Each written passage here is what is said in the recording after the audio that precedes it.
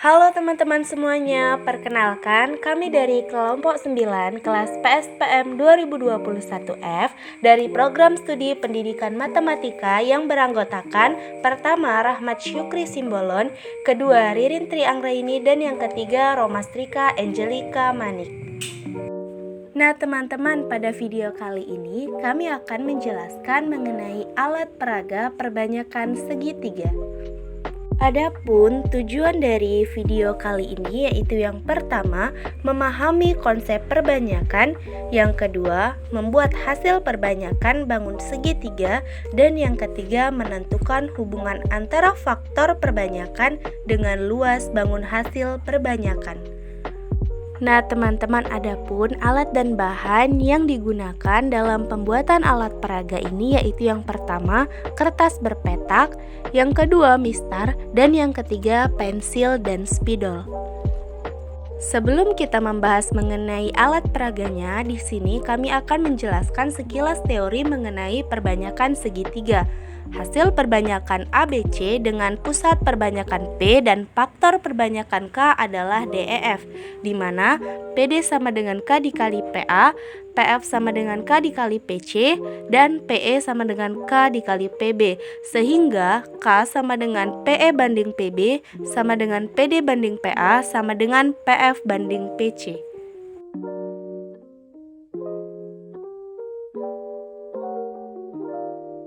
Nah teman-teman, untuk cara kerjanya sendiri, kita menggambar 3 buah segitiga dengan ukuran dan bentuk yang berbeda-beda.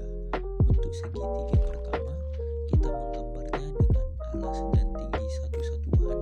Kemudian untuk segitiga kedua, kita menggambarnya dengan tinggi 2 satuan dan alas 1 satuan.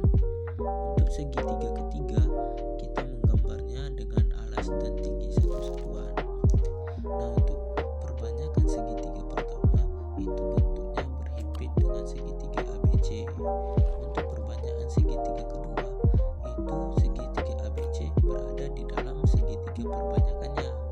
Untuk segitiga perbanyakan segitiga ketiga itu segitiga perbanyakannya itu berada di luar segitiga ABC. Nah, untuk perbanyakan yang kita lakukan di sini itu dengan perbanyakan 1, 2, dan 3. Untuk K sama dengan 3 pada segitiga kedua, maka itu semuanya dikali 3. Alas dikali 3, tinggi dikali 3. Yang alas sebelumnya itu sama dengan 1 satuan dan tinggi 2 satuan. Pada perbanyakan ketiganya, maka 3 dikali 1 yaitu alasnya sama dengan 3, dan 3 dikali 2 yaitu tingginya sama dengan 6. Begitu juga dengan segitiga pertama dan juga pada segitiga ketiga.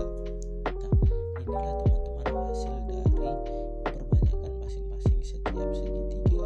Pada K sama dengan 1, K sama dengan 2, dan juga K sama dengan 3.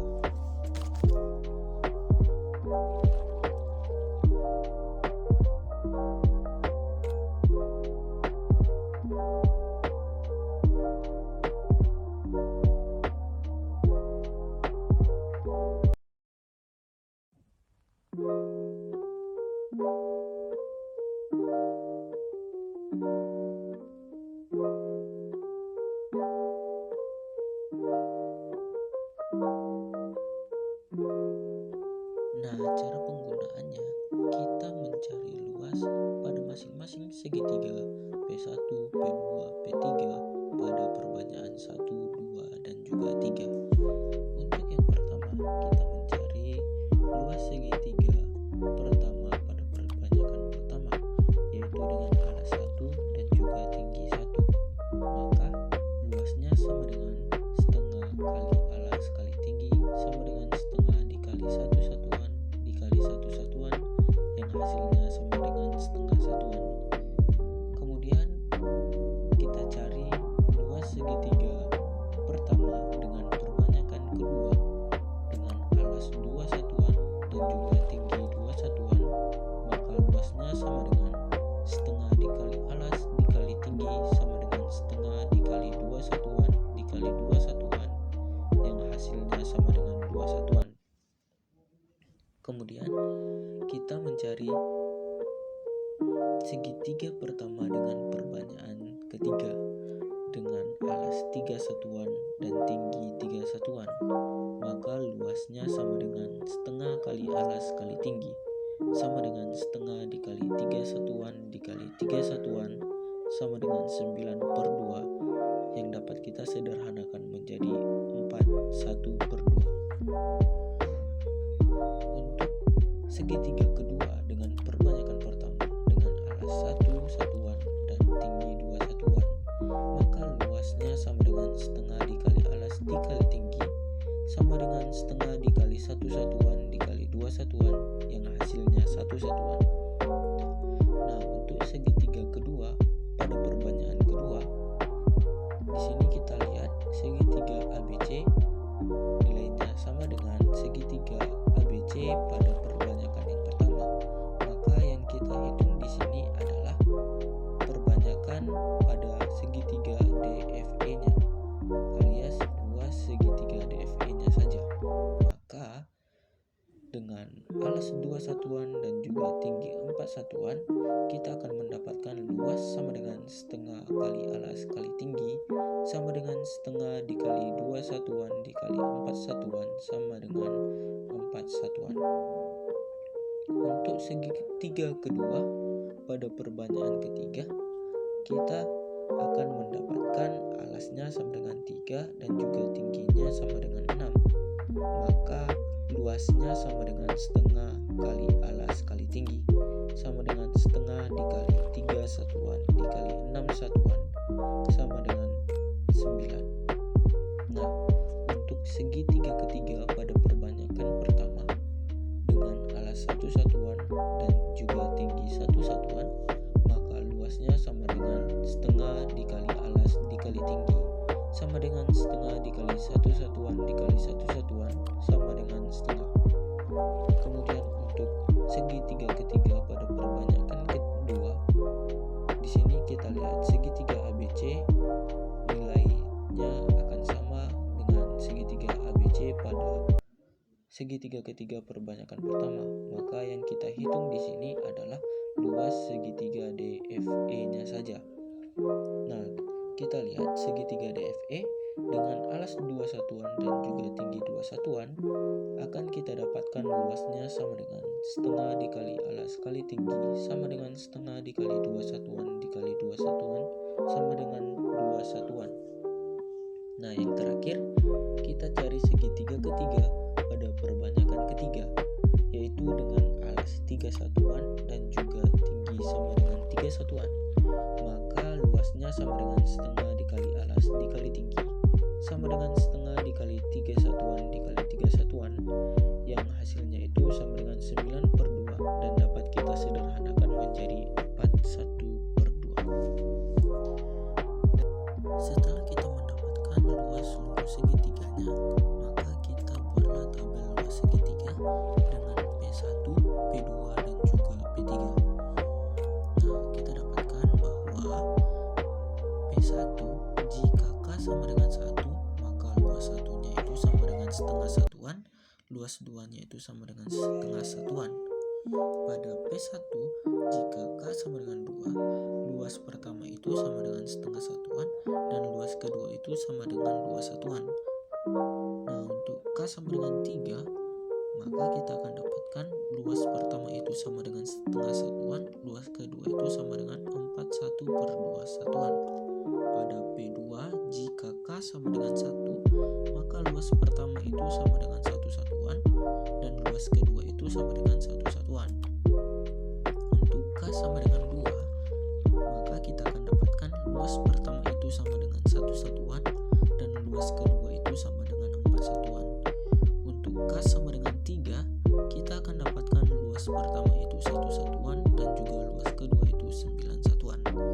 Nah, untuk P sama dengan 3, jika K sama dengan 1, maka kita akan dapatkan luas pertama itu sama dengan setengah satuan dan juga luas kedua itu sama dengan setengah satuan. Nah, untuk K sama dengan 2, maka luas pertama itu sama dengan setengah satuan dan luas kedua itu sama dengan 2 satuan. Yang terakhir, pada K sama dengan 3, Luas pertama itu sama dengan setengah satuan dan luas kedua itu sama dengan 41/2 satuan.